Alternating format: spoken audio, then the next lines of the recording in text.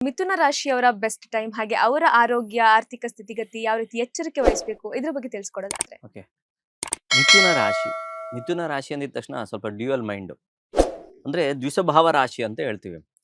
ಯಾವುದೇ ಒಂದು ವಿಚಾರ ತಗೊಳಕ್ ಹೋಗಿದ್ರು ಸ್ವಲ್ಪ ಯೋಚನೆ ಮಾಡ್ತಾರೆ, ಕನ್ಫ್ಯೂಸ್ ಆಗುವಂಥದ್ದು. ಅದು ಮಾಡ್ಬೇಕೋ ಬೇಡವೋ, ಯಾವುದೋ ಒಂದು ಫಂಕ್ಷನ್ಗೆ ಹೋಗ್ಬೇಕು, ಅಲ್ಲ ಇನ್ನೊಂದು ಹೋಗ್ಬೇಕು, ಮತ್ತೊಂದು ಹೋಗ್ಬೇಕು ಅಂದ್ರೆ ರೋಡ್ ಕನ್ಫ್ಯೂಸ್ ಆಗುವಂಥದ್ದು. ಅಥವಾ ಇದಕ್ಕಿದ್ದಂಗೆ ಈ ಬಟ್ಟೆ ಬೇಡ, ಇನ್ನೊಂದು ಬಟ್ಟೆ ಚೇಂಜ್ ಮಾಡ್ಕೊಂಡ್ಬಿಡೋಣ, ಈ ರೀತಿ ಆ ರೀತಿಯಾದಂತ ಅಂದ್ರೆ ಅದೇ ರೀತಿ ಎರಡೆರಡು ರೀತಿಯಾದಂತಹ ಮೈಂಡ್ ಅವರು ಓಡುವಂತ ಸಾಧ್ಯತೆಗಳು ಹೆಚ್ಚಾಗಿರ್ತದೆ. ಅದೇ ರೀತಿ ಆ ಒಂದು ಭಾವದಲ್ಲಿ ಈಗ ಗುರುವಿನ ಸಂಚಾರ ನಡೀತಾ ಇದೆ. ದಶಮ ಭಾವ ಕರ್ಮ ಭಾವದಲ್ಲಿ ಶನಿಯ ಸಂಚಾರ ನಡೀತಾ ಇದೆ, ಶನಿ ಮಹಾತ್ಮರು. ಅದೇ ರೀತಿ ಚಂದ್ರ, ಶುಕ್ರ ಮತ್ತೆ ರವಿಯ ಸಂಚಾರ ನಡೀತಾ ಇದೆ. ರಾಶ್ಯಾಧಿಪತಿಯಾದಂತಹ ಬುಧ ಭಾಗ್ಯಭಾವದಲ್ಲಿ ಸ್ವಲ್ಪ ಮಟ್ಟಿಗೆ ಪೀಡಿತನಾಗಿದ್ದಾನೆ. ಆಗೇನಾಗುತ್ತೆ ಅಂದ್ರೆ ಸ್ವಲ್ಪ ದಿನಗಳ ಮಟ್ಟಿಗೆ ವೃಷಭ ರಾಶಿಯವರಿಗೆ ಆರೋಗ್ಯದಲ್ಲಿ ಸ್ವಲ್ಪ ವ್ಯತ್ಯಾಸ ಕಾಣುತ್ತೆ, ಸ್ವಲ್ಪ ಮಟ್ಟಿಗೆ. ಕರ್ಮದಲ್ಲಿ ಅಂದ್ರೆ ನೀವು ಮಾಡುವಂತಹ ಕೆಲಸದಲ್ಲೂ ಸಹ ಸ್ವಲ್ಪ ವ್ಯತ್ಯಾಸ ಕಾಣುವಂಥದ್ದು, ಅಥವಾ ಕೆಲಸ ಬಿಟ್ಬಿಟ್ಟಿದೀವಿ, ಬೇರೆ ಕೆಲಸ ಹುಡುಕ್ತಾ ಇದೀವಿ, ಯಾಕೋ ಸರಿಯಾಗಿ ಸಿಗ್ತಾ ಇಲ್ಲ ಅನ್ನೋ ರೀತಿ ಆಗುವಂಥದ್ದು. ಅಥವಾ ಓದಿದರೆ ಅವ್ರು ಕರೆಕ್ಟ್ ಆಗಿರುವಂತ ಯಾವ್ದು ಕೆಲಸ ಸಿಗ್ತಾ ಇಲ್ಲ, ಆ ಓದಿಗೂ ಮತ್ತೆ ಕೆಲ್ಸಕ್ಕೂ ಸಂಬಂಧ ಇಲ್ದಿರೋ ಕೆಲಸ ಮಾಡುವಂಥದ್ದು. ಮಾಡ್ಬಿಟ್ಟಿರ್ತಾರೆ, ಯಾವ್ದೋ ಅಕೌಂಟ್ಸ್ ಫೀಲ್ಡ್ ಅಲ್ಲಿ ಇರ್ತಾರೆ, ಇಲ್ಲ BCom ಮಾಡ್ಬಿಡ್ತಾರೆ, ಯಾವ್ದೋ ಸೇಲ್ಸ್ ಫೀಲ್ಡ್ ಅಲ್ಲಿ ಇರ್ತಾರೆ. ಈ ರೀತಿಯಾದಂತಹ ವಿಭಿನ್ನವಾದಂತಹ ವೃತ್ತಿಯಲ್ಲಿ ಅವರು ತೊಡಕೊಳ್ತಾರೆ, ಯಾಕಂದ್ರೆ ವಿಧಿ ಇಲ್ಲ. ಅದೇ ರೀತಿ ಜನ್ಮ ಗುರುವಿನ ಒಂದು ಸಂದರ್ಭ ನಡೆಯುವಂಥದ್ದು. ಇಷ್ಟೆಲ್ಲ ಇದ್ದಾಗ ಗುರುವಿನ ಪಲ್ಲಟ, ಗುರುವಿನ ಸಂಚಾರವು ಸಹ ಪ್ರಾರಂಭವಾಗುತ್ತೆ.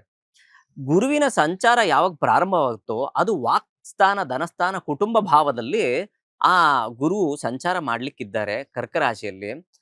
ಆಗಿನಿಂದ ಅವರಿಗೆ ಸ್ವಲ್ಪ ಮಟ್ಟಿಗೆ ಈಗ 2 ವರ್ಷದಿಂದ ಏನೋ ಸಣ್ಣ ಪುಟ್ಟ ಸಮಸ್ಯೆಗಳು ಹೆಚ್ಚಾಗಿ ನೋಡಿರೋರ್ಗೆ ಜೂನ್ನಿಂದ ಸ್ವಲ್ಪ ಮಟ್ಟಿಗೆ ರಿಲ್ಯಾಕ್ಸ್ ಸಿಗುವಂಥದ್ದು, ಏನೋ ಒಂದು ರೀತಿಯಾದಂತ ವಿವಾಹದ ವಿಚಾರದಲ್ಲಿ ಅನುಕೂಲ ಆಗುವಂಥದ್ದು. ತುಂಬಾ ವರ್ಷಗಳಿಂದ ಹುಡುಕ್ತಾ ಇದ್ದಾರೆ, ನನ್ನ ಮಗಂಗೆ, ನನ್ನ ಮಗಳಿಗೆ ಮದ್ವೆ ಅನುಕೂಲನೇ ಇಲ್ಲ ಅನ್ನೋರ್ಗೆ ಖಂಡಿತವಾಗ್ಲೂ ಈ ವರ್ಷ ಅಂದ್ರೆ ಜೂನ್ ನಂತರ ಸ್ವಲ್ಪ ಮಟ್ಟಿಗೆ ಗುರುವಿನ ಬಲ ಹೆಚ್ಚಾಗುವಂತ ಸಾಧ್ಯತೆಗಳಿರ್ತದೆ.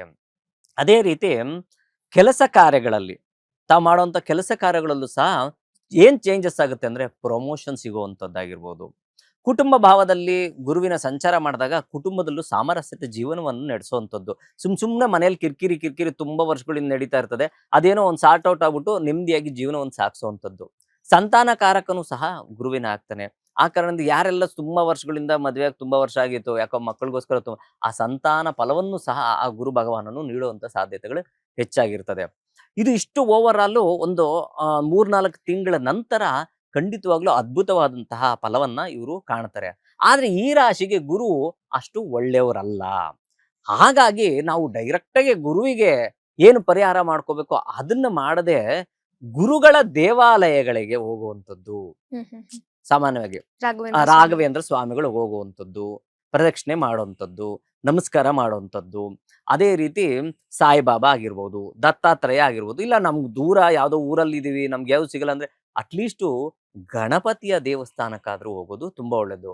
ಯಾಕೆ ಅಂದ್ರೆ ಅದೇ ಭಾವದಲ್ಲಿ ಕೇತುವಿನ ಸಂಚಾರ ಕೆಲ ದಿನಗಳ ನಂತರ, ಡಿಸೆಂಬರ್ ನಂತರ ಆಗುವಂತ ಸಾಧ್ಯತೆ ಇರ್ತದೆ.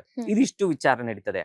ಅದನ್ನ ಹೊರತುಪಡಿಸಿದ್ರೆ ಲಕ್ಷ್ಮೀನಾರಾಯಣ, ಲಕ್ಷ್ಮೀ ವೆಂಕಟೇಶ್ವರ, ಲಕ್ಷ್ಮೀ ನಾರಸಿಂಹ ಇಂತಹ ಒಂದು ದೇವಾಲಯಗಳಿಗೂ ಸಹ ಹೋಗಿದ್ದೆ ಆದ್ರೆ ಖಂಡಿತವಾಗ್ಲೂ ಅವರ ಮನೆಯು ಮನಸ್ಸು ಎಲ್ಲವೂ ಸಹ ಸಮೃದ್ಧಿಯಾಗಿರ್ತದೆ ಅಂತ ಹೇಳ್ತಾರೆ ಶಾಸ್ತ್ರ. ಲೇಟೆಸ್ಟ್ ಹಾಗೂ ಇಂಟ್ರೆಸ್ಟಿಂಗ್ ಸುದ್ದಿಗಳಿಗಾಗಿ ಬಾಸ್ ಟಿವಿ ಕನ್ನಡ ಚಾನೆಲ್ನ ಸಬ್ಸ್ಕ್ರೈಬ್ ಮಾಡಿ, ಹಾಗೆಯೇ ಬೆಲ್ ಐಕಾನ್ ಪ್ರೆಸ್ ಮಾಡಿ. ಇದರ ಜೊತೆಗೆ ಫೇಸ್ಬುಕ್, ಇನ್ಸ್ಟಾಗ್ರಾಮ್, ಎಕ್ಸ್ ನಲ್ಲೂ ಮಿಸ್ ಮಾಡದೆ ಫಾಲೋ ಮಾಡಿ.